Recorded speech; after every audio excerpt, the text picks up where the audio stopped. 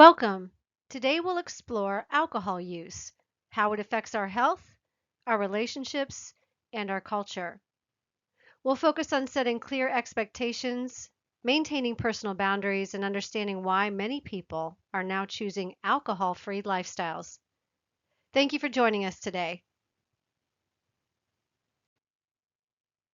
So why talk about alcohol now?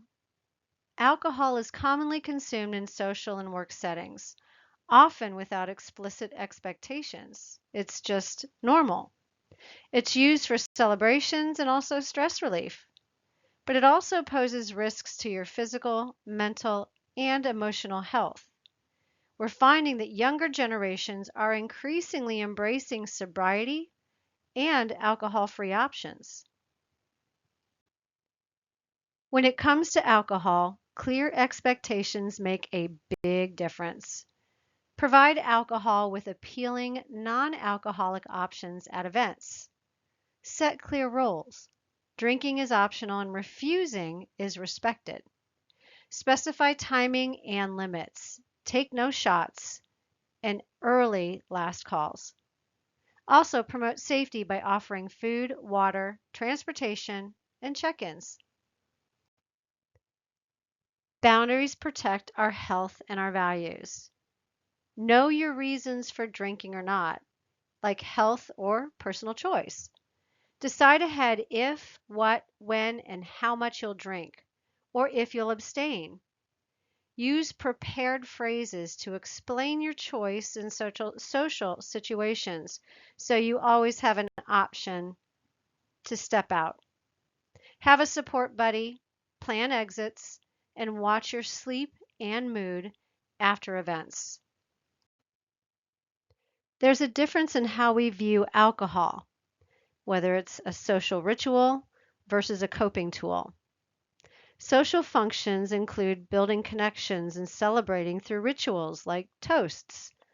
And sometimes substances, like alcohol, are used to reduce stress and anxiety. Now, relying on these coping mechanisms can often lead to greater harm over time. So alternate strategies like breath work, relationship building, and therapy. This can help replace coping-related substance use. There are health implications associated with drinking alcohol. Alcohol is a known carcinogen, and it's associated with various types of cancer. As for sleep, it decreases the REM stage of sleep and disrupts sleep continuity during the latter part of the night. It also affects cardiovascular and metabolic health, contributing to elevated blood pressure, pancreatitis, and liver disease. There's also a risk of injury and accidents with the consumption of alcohol. This is demonstrated through impaired driving and also driving-related fatalities.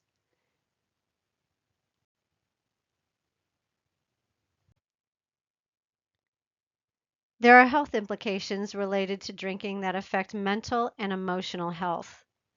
Some of the short-term effects include mood changes, lowered inhibition, and poor decision-making. Some of the medium-term effects include anxiety, irritability, and tiredness from sleep disruption.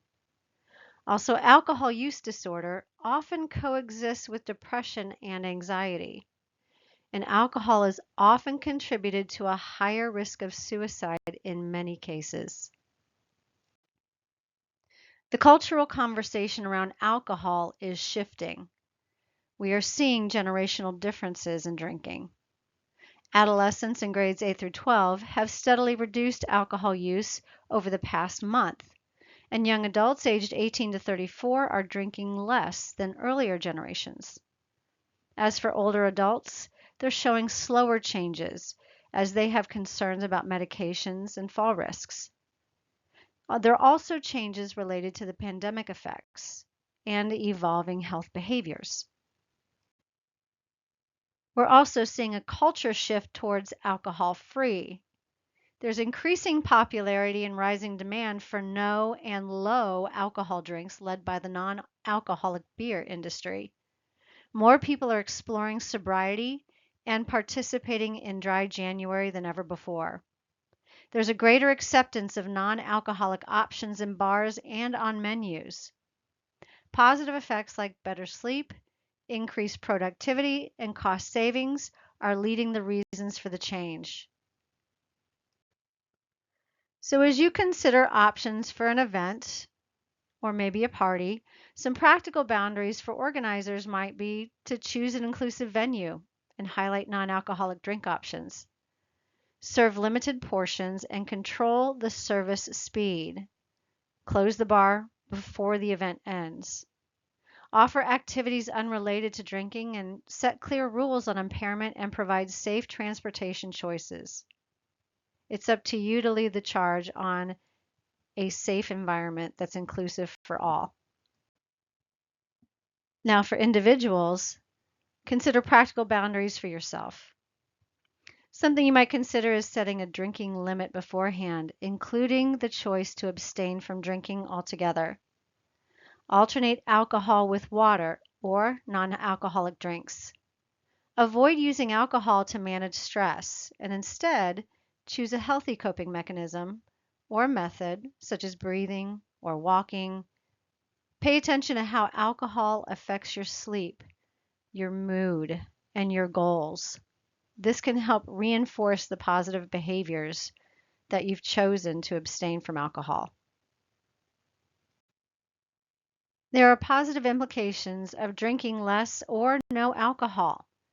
Improved sleep and emotion regulation, reduced cancer risk and injury risk for better long-term health.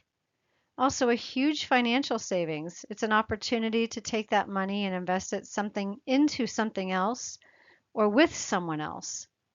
Also better alignment with your values, and it also sets a positive example for the family. Earlier we touched on scripts you can use, and here's an example of 4 of them. This is used in situations where you would like to pass on being served a drink. One might be, "No thanks, I'm taking a break." "What non-alcoholic options do you have?" Or, "I'm pacing myself. I'm sticking with this one." Or a third might be, "Oh, none for me, thanks. I'm driving. I have an early start." Or maybe to a friend, if they feel like, they're pushing a beverage on you, why don't you say, "Hey, you want to split a non-alcoholic round with me?"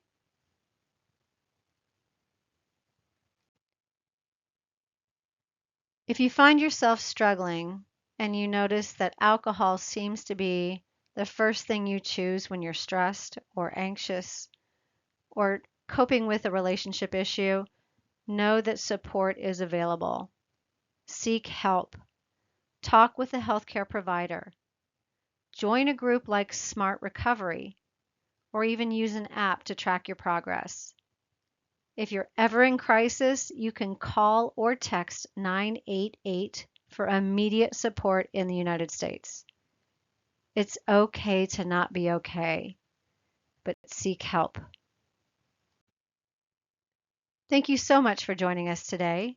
Today's program was brought to you by Prescriptive Health Solutions. Be well.